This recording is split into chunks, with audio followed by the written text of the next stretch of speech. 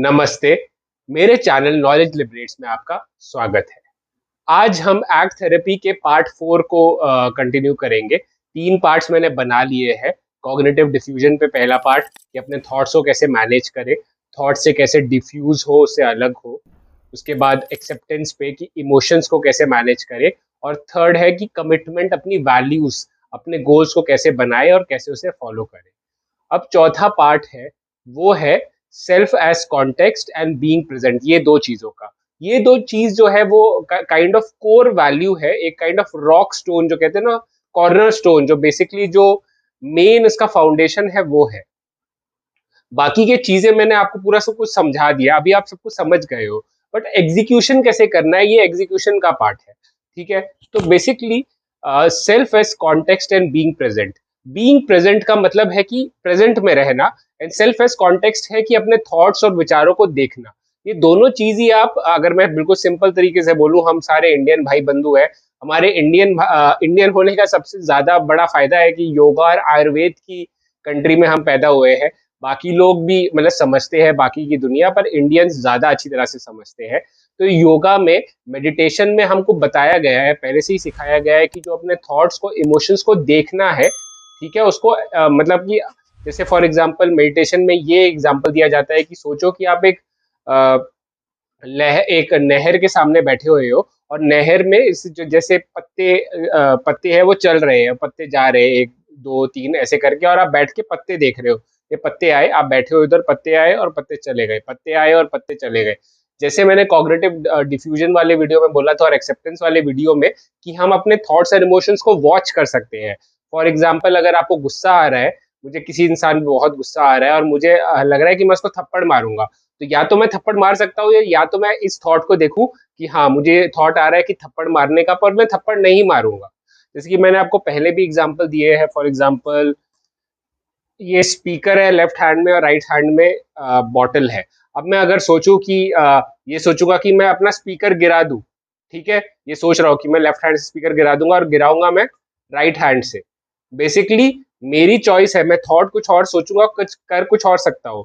या मेरे को थॉट आया कि मैं ये स्पीकर गिरा दूंगा लेफ्ट हैंड में, और मैं नहीं गिरा रहा हूँ, रख रहा हूँ। मैं अपने थॉट को मैंने देखा, और पर उसका कुछ किया नहीं, उसका एक्शन नहीं किया। तो बेसिकली आप थॉट को देखो, इमोशन को देखो। मुझे गुस्सा आ रहा है, पर मैंने गुस्से का कुछ बयान नहीं किया।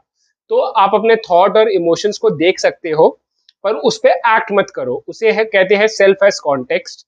एंड बीइंग प्रेजेंट मतलब मूवमेंट पे रहो, माइंडफुल रहो। जैसे माइंडफुलनेस है, वो बहुत काफी, जो जो चीज है काफी फेमस है अभी, कि माइंडफुल रहो, माइंडफुल रहो। तो वो चीज़ काफ़ी फेमस है। तो आप माइंडफुल रहना भी, जो मतलब कि माइंडफुल रहना, प्रेजेंट रहना। ज़्यादातर क्या होता है कि हम लोग अपनी पुरानी चीज़ें के बारे में सोचते हैं, जिससे होता है, पास्ट के बारे में सोचने से होता है डिप्रेशन, फ्यूचर के बारे में सोचने से होती है एंग्जाइटी। ओसीडी भाई बंधुओं की तो बहन है एंग्जाइटी।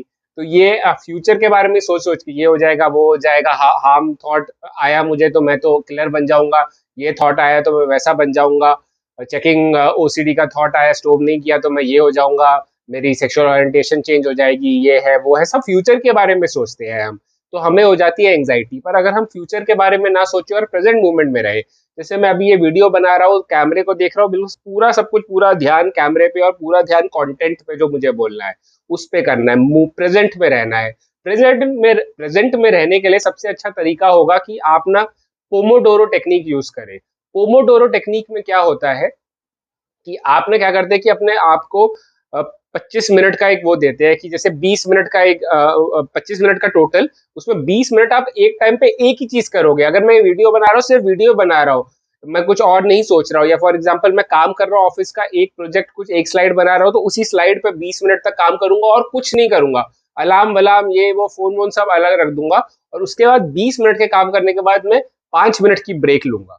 5 मिनट, 10 मिनट भी हो सकते हैं, 5-10 मिनट की ब्रेक लूंगा, और उसके बाद वापस 20 मिनट में काम करूंगा। तो ऐसे ऐसे करके मैं स्लॉट्स में काम करूंगा।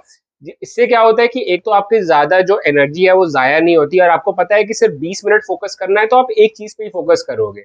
आजकल क्या हो गया कि कहते हमारा जो अटेंशन स्पैन है, बिकॉज ऑफ ये इंस्टाग्राम वगैरह, रील्स वील्स के जमाने में, हमारा अटेंशन स्पैन बहुत ही कम हो गया है। कहते हैं कि 8.5 सेकंड हो गया है, वो गोल्ड फिश जो होती है, फिश, उससे भी कम। कि 8.5 सेकंड तक ही हमारा ध्यान कहीं पे रहता है, हमारा ध्यान इधर उधर उधर। देखो, हमारा जो थॉट है, हमारा जो माइंड है, उसको हम कंट्रोल नहीं कर सकते, वो थॉट्स इधर उधर से आएंगे। मैंने आपको पहले भी सारे वीडियोस में बोला है कि जो हमारे थॉट्स है वो हमारे कंट्रोल में नहीं है। एक तो होता है थॉट, एक होती है थिंकिंग। थॉट्स जो है वो दिमाग में चलते रहेंगे, मैं बैठा हूँ, आलू का पराठा कल बनेगा, ये है वो है, कुछ ना कुछ मेरे दिमाग में थॉट आते रहेंगे। पर थिंकिंग है, फॉर एग्जाम्पल अगर किसी ने मुझसे पूछा कि 23 into 37 क्या है, तो मुझे बैठ के सोचना पड़ेगा कि 23 into 37 मल्टीप्लाई करना पड़ेगा। दैट इज थिंकिंग, जब आप अपने माइंड को अप्लाई करते हैं। देखो, थॉट्स आना ना, कोई भी थॉट्स आ रहा है वो बहुत ही ईजी है, पर थिंकिंग बहुत हार्ड है। और दुनिया के ज्यादातर लोग, 98% लोग थिंकिंग ठीक नहीं कर पाते हैं। जो लॉजिकल थिंकिंग होती है, फॉर एग्जांपल लॉजिक, जैसे चेस में लॉजिकल थिंकिंग की जरूरत होती है। या फॉर एग्जांपल अगर आपको कोई स्टेप लेना है कि अ, मुझको आज ये काम करना चाहिए, मुझे अपने बॉस को ये बोलना चाहिए कि नहीं बोलना चाहिए, तो मैं अपने बॉस को ये बोलूँ कि नहीं बोलूँ, आगे का फ्यूचर का मुझे देखना पड़ता है। ठीक है, ये बोलूंगा तो ये हो जाएगा, वो बोलूंगा तो ये हो जाएगा, तो वो चीजें मुझे फ्यूचर स्टेप्स सोचने पड़ते हैं, तो उसे कहते हैं थिंकिंग। ठीक है, तो जो लॉजिकल थिंकिंग है वो बहुत मुश्किल है, पर जो थॉट्स आ रहे हैं जा रहे हैं वो बहुत ही ईजी है, क्योंकि वो खुद ही वो माइंड का काम है। एवोल्यूशनरी थ्योरी में यही बताया गया है कि हमारा माइंड फास्ट हुआ है, कि हमारे माइंड में इतने ज्यादा ऐसे थॉट्स आते हैं, वो माइंड फास्ट बना है कि जल्दी थिंकिंग के लिए। बट वो क्या है कि वो थिंकिंग नहीं है, वो मतलब ऐसा हो गया कि हम थॉट्स में फंस जाते हैं, हम नेगेटिव थॉट्स मोस्टली में फंस जाते हैं। तो हमको उस थिंकिंग को, जो थिंकिंग है वो आ रहा है जा रहा है, तो हमें एक तो सेल्फ एज कॉन्टेक्स्ट यूज करना पड़ेगा, और बीइंग प्रेजेंट।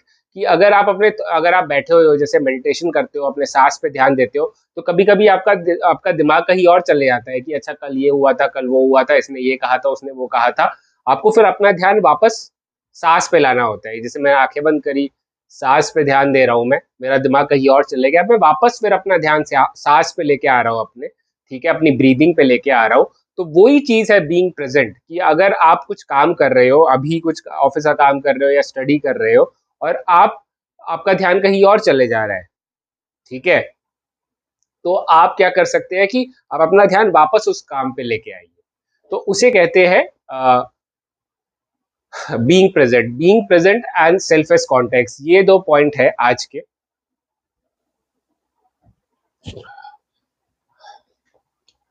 हाँ जी, मैं ब्रेक ली थी पानी पीने के लिए, बोलता हूँ कंटिन्यूअसली, तो वो आजकल मैं ये सब जो कट नहीं करता हूँ, मैं आपको ऐसे बिहाइंड द सीन्स भी देता रहता हूँ कि ठीक है, हमारी काफ़ी 230 240 वीडियोस बन गई है। हम काफ़ी, मतलब मैं अपने सब्सक्राइबर से बात कर रहा हूँ, एक हमारा अपनापन सा बन गया है, तो मुझे लगता है कि चलो ठीक है, ये सारी बातें। तो वही है self as context and being present in the moment. ये बहुत ही इंपॉर्टेंट है। ये दोनों जो चीज़ें हैं वो हमें एग्जीक्यूशन में हेल्प करती है, अपने कॉग्निटिव डिफ्यूजन और एक्सेप्टेंस के लिए। Cognitive defusion, acceptance, commitment. आप, जैसे अगर आप कोई गोल गोल फॉलो कर रहे हैं, और आपका गोल जो है वो मतलब आपको प्रेजेंट रहना पड़ेगा। अगर आप पूरा टाइम, मतलब पूरा फोकस अपने गोल्स में डालोगे, तभी तो अचीव कर पाओगे अपने गोल्स को, है ना। तो एक्ट थेरेपी में यही है, जो ये 6 पॉइंट्स थे, cognitive defusion, acceptance, commitment, values, उसके बाद self as context and being present. ये 6 पॉइंट्स मैंने आपको बता दिए हैं। मैंने पहले एक वीडियो भी बनाया है 40-45 मिनट का एक साथ, और अभी मैंने उसको 4 पार्ट में बना दिया है, क्योंकि इसलिए 4 पार्ट में बनाया है कि अब ये देखो, ये 50-60 मिनट का वीडियो बन गया है। ये थोड़ा ज्यादा मैंने इस पे और क्या किया है कि मैंने जैसे लोगों के साथ ज्यादा बात करी और उनको समझा, उनके पॉइंट समझे, तो मैंने और क्या बोलते हैं कि प्रैक्टिकल चीजें और डाली है इसमें। तो आप ये क्रैश कोर्स करिए। ये चार जो मैं आपको बोलता हूँ कि ये जो 4 पार्ट आप बार बार देखिए, एक बार मत देखिए, बार बार देखिए, इससे आपको फायदा होगा। जो भी मेरे वीडियोस है, जैसे एक्ट थेरेपी के, ईआरपी थेरेपी के, एक बार देखने से कुछ नहीं होगा। हम जैसे रामायण पढ़ते हैं, गीता पढ़ते हैं, श्लोक पढ़ते हैं, बार बार उसका उच्चारण क्यों करते हैं, बार बार क्यों करते हैं, क्योंकि बार बार करने से ही याद होता है। वो रट्टू तोता वाली चीज है, बट द थिंग इज कि बार बार बार देखोगे तभी दिमाग में रजिस्टर होगा।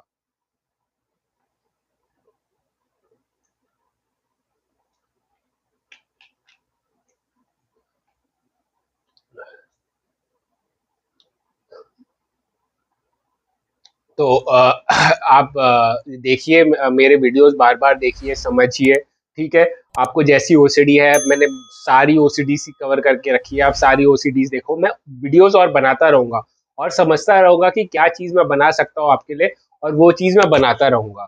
तो आप मेरी वीडियोस देखिए, ठीक है। आप बाकी भी चैनल की वीडियोस है वो भी देखिए, जो भी आपको हेल्प करे वो देखिए, ठीक है। पर मेन चीज है कि आप प्रैक्टिस करो, सिर्फ देख के नहीं है कि यार देख लिया अच्छा लगा बैठ गए। ज्यादातर क्या होता है कि लोग सेल्फ हेल्प बुक पढ़ के ही उनको इतना अच्छा लगता है कि वो अप्लाई नहीं करते। बस सेल्फ हेल्प बुक आप अप्लाई नहीं करोगे तो कोई फायदा नहीं है। तो सेल्फ हेल्प बुक अप्लाई करो, सेल्फ हेल्प बुक या वीडियोस या जो भी आप देख रहे हो उसको अप्लाई भी करो, ठीक है। तो बेस्ट ऑफ लक, और फोकस कीजिए, तैयारी कीजिए, और लाइफ में अपने गोल से भागिए मत। ठीक है, आपको ओसीडी हो गया, एंग्जाइटी है, डिप्रेशन है, पर इसका मतलब ये नहीं है कि आप अपने गोल्स को छोड़ देंगे, अपने गोल्स को परस्यू करना छोड़ देंगे। गोल्स को परस्यू मत कीजिए। मैं आपको वही मोटिवेट करने की कोशिश करता हूँ कि आप, ठीक है आपको ओसीडी है, ये इश्यूज है, पर आप कंटिन्यू करते रहिए, ठीक है। तो आपका फायदा होगा, और मजबूत रहिए, की फाइटिंग, लड़ते रहिए, ठीक हो जाएगा यार, ठीक है। बस आप ठीक से प्रॉपर तरीके से देखो, बिलीफ रखिए कि मैं कर सकता हूँ, हो जाएगा। पर फिर उसको ठीक से फॉलो भी कीजिए, पूरी मेहनत भी कीजिए, संघर्ष कीजिए, पूरे अपना 100% दीजिए, तब जाके रिजल्ट्स आएंगे, ठीक है। तो thank you for watching my video. And life में कोई इशू हो, परेशानी हो, टेंशन नहीं लेना, स्ट्रेस नहीं लेना, क्योंकि स्ट्रेस लेने से कोई फायदा नहीं होगा, ठीक है। बाल ही झड़ेंगे बस। बस तो हाँ, बस फाइट करते रहो, की फाइटिंग।